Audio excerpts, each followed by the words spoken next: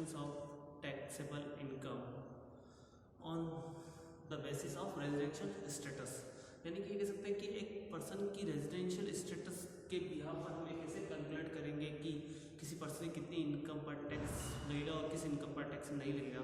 तो इसके लिए हमारे पास एक फॉर्मेट होता है जिसको हमने पहले भी डिस्कस किया था, कल उसका एक न्यूमेरिकल सॉल्व किया था।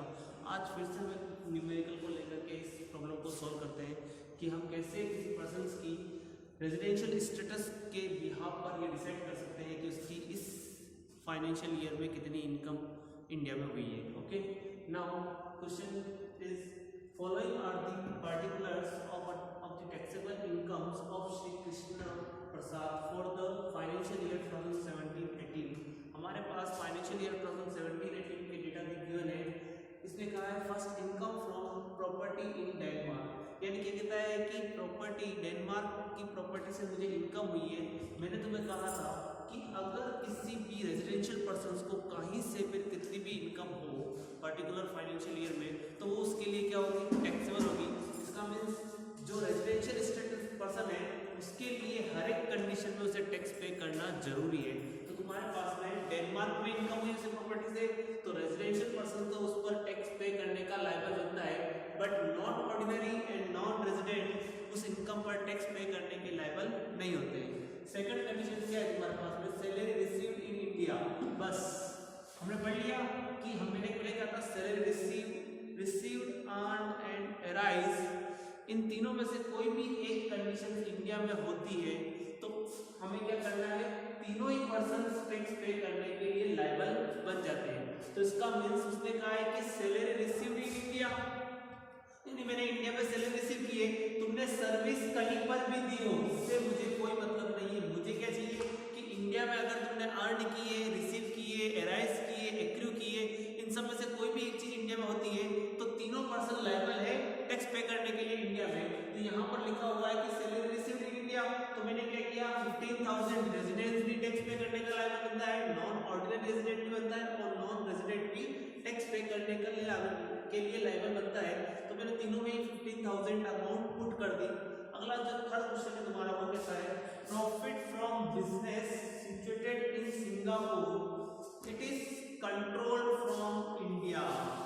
बिजनेस कहाँ सिचुएटेड है, सिंगापुर में, बट बिजनेस का कंट्रोल कहाँ से है, इंडिया से।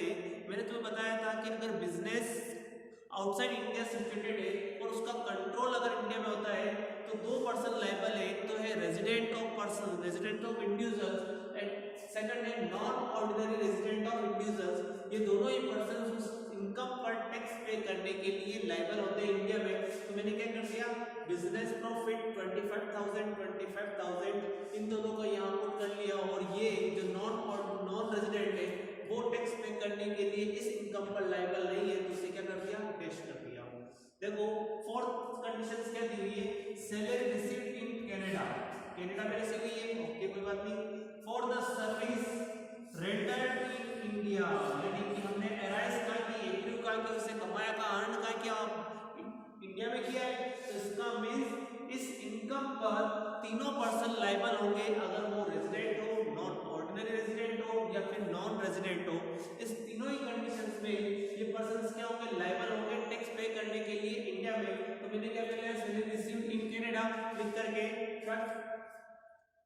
5,000 एंड 5,000 तीनों को पुट कर दिया। अब तुम्हारे पास में अगला क्या है, past untaxed foreign income, past untaxed foreign income brought into India during the previous year.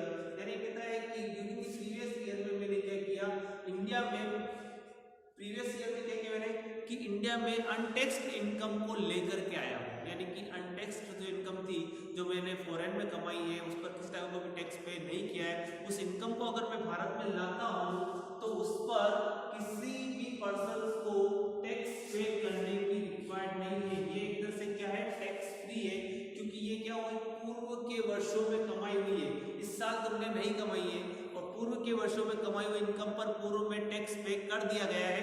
अगर हो सकता है कि फॉरेन में उस पर टैक्स नहीं भी लिया हो, बट अगर वो पर्सन रेजिडेंट था उस टाइम पर तो उससे इंडिया में जरूर उस पर टैक्स लिया गया होगा। तो इसलिए हम ये कह सकते हैं कि ये पूर्व में कमाई हुई इनकम है, इसलिए इस पर टैक्स पहले से ही गवर्नमेंट ने रिसीव कर लिया है। ओके, अगला क्या है तुम्हारे पास में, सिक्स्थ है profit from business in Kanpur. Kanpur में कोई बिजनेस चल रहा है, उससे मुझे प्रॉफिट होता है 20,000 का। कानपुर का आता है, इंडिया में आता है। इसका मीन्स इंडिया में अगर कोई तुम एक्टिविटी कर रहे हो तो इस कंडीशन में तुम्हें तीनों को ही क्या करना होगा, टैक्स पे करना होगा। तो यहाँ पर कितनी इनकम है, 8,000 कानपुर की बिजनेस की इनकम है। तो मैंने लिखा प्रॉफिट फ्रॉम बिजनेस 8,000 8,000 8,000, यानी कि तीनों ही पर्सन, तीनों ही सिचुएशन में पर्सन लायबल है टैक्स पे करने के लिए। अगला तुम्हारा 7th कंडीशन है income from agriculture in England, यानी कि इंग्लैंड में एग्रीकल्चर इनकम होती है which is spent there for the education of his childrens. हमें इससे कोई मतलब नहीं है कि ये कहाँ उस अमाउंट को यूज कर रहा है और कहाँ उसे स्पेंड कर रहा है। हमें ओनली क्या चाहिए कि इनकम कितनी हुई है। तो यहाँ पर ये देखो इसने कहा है कि एग्रीकल्चरल इनकम हुई है इंग्लैंड में। यहाँ इंडिया की एग्रीकल्चरल इनकम होती तो उसके लिए क्या होती, टैक्स फ्री होती। बट यहाँ पर क्या लिखा है, इंग्लैंड में मैंने एग्रीकल्चरल इनकम अर्न की है। तो इसका मीन्स तुम अगर रेजिडेंट पर्सन हो तो तुम्हें इस इनकम पर क्या करना होगा, टैक्स को पे करना होगा। और नॉन ऑर्डिनरी और नॉन रेजिडेंट को टैक्स पे करना नहीं होगा। तो यानी कि रेजिडेंट पर्सन को इनका एग्रीकल्चरल इनकम पर जो कि इंग्लैंड में अर्न की है उस पर टैक्स पे करना होगा। वो जो अमाउंट है उसकी तुम्हारी 6,000 रुपीज। Okay, complete. अगला लास्ट तुम्हारे पास क्वेश्चन है profit on sale of plant at London, यानी कहता है कि मैंने लंदन में कोई प्लांट बेचा, उस पर मुझे प्रॉफिट हुआ है कितना, 40,000। समझना इस कंडीशंस को। लंदन में मैंने प्लांट बेचा, उस पर मुझे 40,000 का इनकम हुई है, प्रॉफिट हुआ है। तो इसका मींस रेजिडेंट पर्सन जो है वो इस इनकम 40,000 की इनकम पर टैक्स पे करने के लिए लायबल बनता है, क्योंकि वो क्या है, इंडिया का रेजिडेंट है, इसलिए उसे तो यहाँ पर 40,000 पर टैक्स देना होगा। बट नॉन ऑर्डिनरी और नॉन रेजिडेंट ये दोनों इस इनकम पर टैक्स पे करने के लिए लायबल नहीं बनते हैं।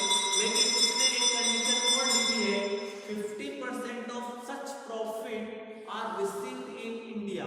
अब यहाँ पर देखो इसने इसके साथ में एक कंडीशन और लिख दी है कि 50% of such profits are received in India. मैंने तुम्हें पहले ही बताया था, अगर रिसीव, अर्न एंड अराइज इन तीनों में से कोई भी एक कंडीशन इंडिया में होती है तो उस कंडीशन में वो तीनों ही पर्सन लायबल है उस इनकम पर टैक्स पे करने के लिए। तो यहाँ पर देखो 50% है, 40,000 का 50% कितना होता है, 20,000, यानी कि 20,000 पर टैक्स पे करने के लिए लायबल बनता है नॉन ऑर्डिनरी रेजिडेंट। और नॉन रेजिडेंट भी कितनी इनकम पर टैक्स पे करने के लिए लायबल बनता है, 20,000। ये तुम्हारा क्या हो गया, पूरा क्वेश्चन हो गया। अब तुम क्या करो, रेजिडेंट की सारे इनकम को ऐड कर लो, नॉन ऑर्डिनरी रेजिडेंट की इनकम को ऐड कर लो और तुम्हारे नॉन रेजिडेंट की इनकम को ऐड कर लो, तो वो तुम्हारी क्या कहलाएगी, टोटल टैक्सेबल इनकम। यानी कि हम कह सकते हैं कि ये टोटल इनकम है पर्सन की, कि इस पर इसको टैक्स पे करना होगा। रेजिडेंट की टोटल हो रही है 1,09,000, नॉन ऑर्डिनरी रेजिडेंट की हो रही है 73,000 एंड नॉन रेजिडेंट की हो रही है 78,000। ये क्या होगा तुम्हारा क्वेश्चन। अब जो नेक्स्ट हम डिस्कस करेंगे वही, वो जो कल तुम्हारा क्वेश्चन होगा वो इसी टाइप का होगा, बट उसमें थोड़ा बहुत चेंज होगा। ओके।